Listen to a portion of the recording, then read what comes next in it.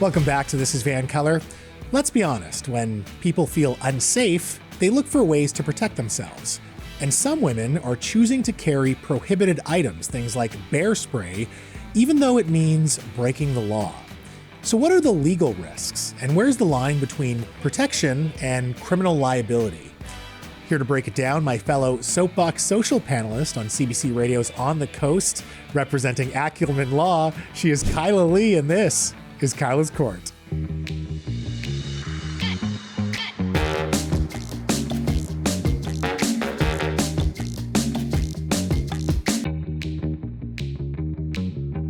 So, Kyla, is there an actual trend where more women are carrying prohibitive items that they're not supposed to be carrying in order to protect themselves for any danger that may occur? Absolutely. We've seen lots of evidence of women who are carrying like bear spray or pepper spray, which is prohibited.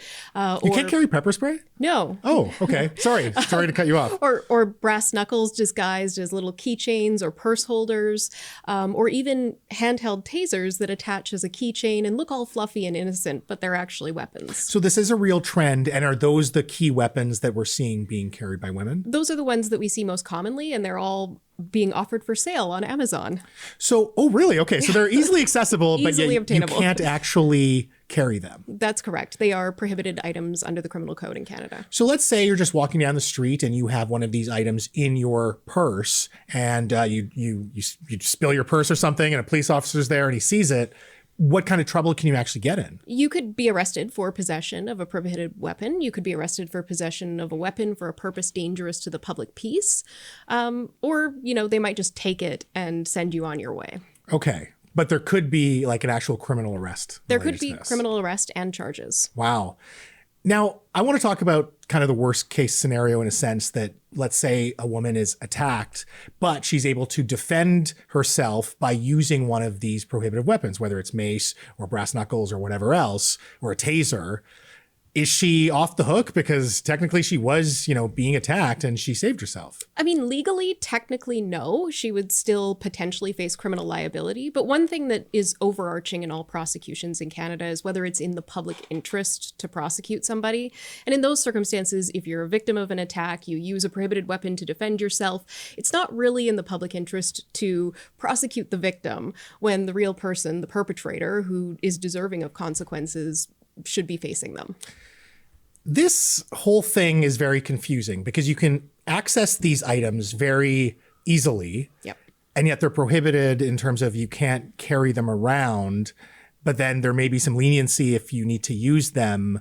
So what are we doing here? Does the law need to be fixed? Like, I feel like, okay, if you use one of those items against someone and you're the aggressor, sure, that's a crime, but I don't know. There seems to be this disconnect, right? I mean, it's kind of like a big gray area. It's very black and white in the law, but the way the law is applied is gray. And that's because we apply the law in an equitable way, even though the law itself might be written a very certain way that doesn't allow for that type of equity.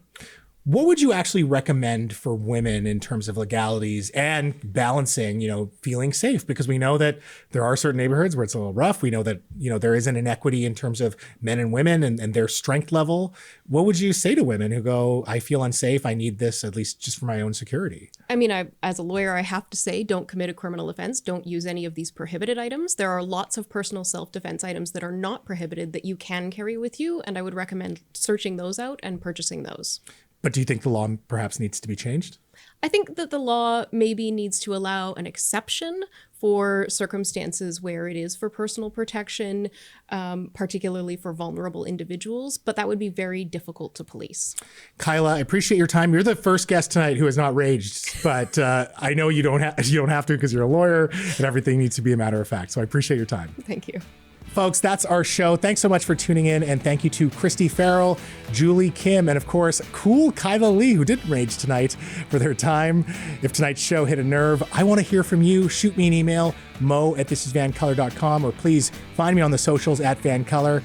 Until next time, stay colorful, friends. Peace.